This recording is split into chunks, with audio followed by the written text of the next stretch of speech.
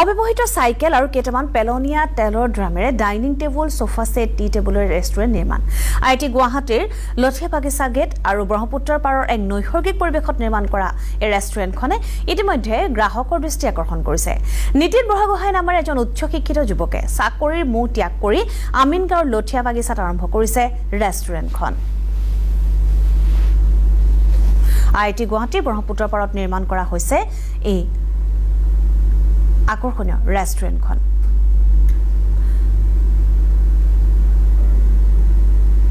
আৰু এই ৰেষ্টুৰেণ্টখনৰ পৰিৱেশ আমাক দেখুৱাব আমাৰ উত্তৰ গুৱাহাটীৰ জ্যেষ্ঠ সাংবাদিক দিগন্ত বৰদলৈ। মনত যদি আপোনাৰ প্ৰবল ইচ্ছা শক্তি থাকে তেনেহ'লে সকলো কামেই যে সম্ভৱ হৈ পৰে। তাৰে এক উজ্জ্বল নিদৰ্শন হৈছে উত্তৰ গুৱাহাটীৰ নিকটৱৰ্তী আমিনগাঁৱৰ যি লথিয়া বাগিচা আছে, এই লথিয়া বাগিচাত এখন সুন্দৰ ৰেষ্টুৰেণ্ট নিৰ্মাণ কৰা হৈছে আৰু এই ৰেষ্টুৰেণ্টখন নিৰ্মাণ কৰিবৰ কাৰণে এনেধৰণৰ চাইকেল ব্যৱহাৰ কৰা হৈছে। আপুনি যদি এই ৰেষ্টুৰেণ্টখনৰ কেওফালে চায় তেতিয়াহ'লে দেখিব এনেধৰণৰ অব্যৱহৃত চাইকেল এই ৰেষ্টুৰেণ্টখনত ব্যৱহাৰ কৰা হৈছে আৰু ইয়াৰ যি ডাইনিং সেট, এই ডাইনিং সেট ব্যৱহাৰ কৰিবৰ কাৰণে আচলতে এনেধৰণৰ চাইকেল ব্যৱহাৰ কৰা পৰিলক্ষিত হৈছে আৰু ইয়াতে দেখুৱাইছোঁ সোফা সেট আৰু এই সোফা সেট ব্যৱহাৰ কৰিবৰ কাৰণে তেওঁলোকে ব্যৱহাৰ কৰিছে কিছুমান অব্যৱহৃত ড্ৰাম আৰু ড্ৰামেৰে এনেধৰণৰ সুন্দৰ সুন্দৰ তেওঁলোকে সোফা সেট নিৰ্মাণ কৰিছে। আৰু মই ইফালে দেখুৱাইছোঁ কেমেৰাপাৰ্চন গোপাল ঠাকুৰে পৰিৱেশটো দেখুৱাইছে যে এয়া হৈছে টি টেবুল বুলি তেওঁলোকে উল্লেখ কৰিছে আৰু টি টেবুল ব্যৱহাৰ কৰিবৰ কাৰণেও তেওঁলোকে নিৰ্মাণ কৰিছে এনেধৰণৰ অব্যৱহৃত ড্ৰাম।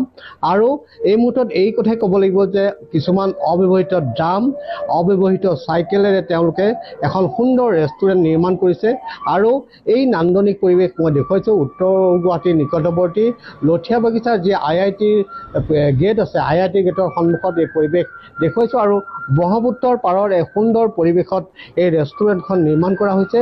আৰু যিজন লোকে আচলতে এই সুন্দৰ ৰেষ্টুৰেণ্টখন নিৰ্মাণ কৰিছে মই তেখেতৰ সৈতেও কথা পাতিবলৈ যত্ন কৰিম। তেখেত যিহেতু মোৰ সৈতে আছে, মই আপোনাৰ ওচৰলৈ আহিছোঁ। এটা সুন্দৰ কনচেপ্ট লৈ আপুনি এই ৰেষ্টুৰেণ্টখন নিৰ্মাণ কৰিছে। ইয়াত চাইকেল ব্যৱহাৰ কৰিছে, অব্যৱহৃত চাইকেল, আৰু লগতে আপুনি ড্ৰাম ব্যৱহাৰ কৰিছে। এই কনচেপ্টটো আপোনাৰ মনলৈ কেনেকৈ আহিলে? হয়, নমস্কাৰ, ধন্যবাদ। একচুৱেলি মোৰ মনৰ এটা কল্পনা আছিল, বহুত কল্পনা, যে মই এনেকুৱা এখন ৰেষ্টুৰেণ্ট গঢ়ি তুলিম। যিহেতুকে মোৰ ঘৰ ধেমাজিত হয়। মই ইয়াত যদিও মই এতিয়া অস্থায়ীভাৱে আছোঁহি, মোৰ লগৰজনক মই ক'লোঁ মোক এনেকুৱা এটা প্লেচ উলিয়াই দিয়া মই য'ত এখন ৰেষ্টুৰেণ্ট খুলিব পাৰোঁ। তেখেতৰ সহায়ত মই এখন ৰেষ্টুৰেণ্ট গঢ়িলোঁ। আপুনি নিজে উল্লেখ কৰিছে অব্যৱহৃত ড্ৰাম আৰু ধৰক চাইকেলেৰে আমি ডাইনিং টেবুল হওক, টি টেবুল হওক, সোফা ছেট হওক, এইখিনি মোৰ নিজৰ মনৰ পৰিকল্পনাৰে মই এইখিনি গঢ় তুলি লৈছোঁ। আপোনাৰ পঢ়া শুনা? একচুৱেলি মই আপোনাৰ 2009 চনতে MBA কৰিলোঁ। তাৰ আগত মই মাষ্টাৰ্ছো কমপ্লিট কৰিছোঁ গুৱাহাটী ইউনিভাৰ্চিটিৰ পৰা।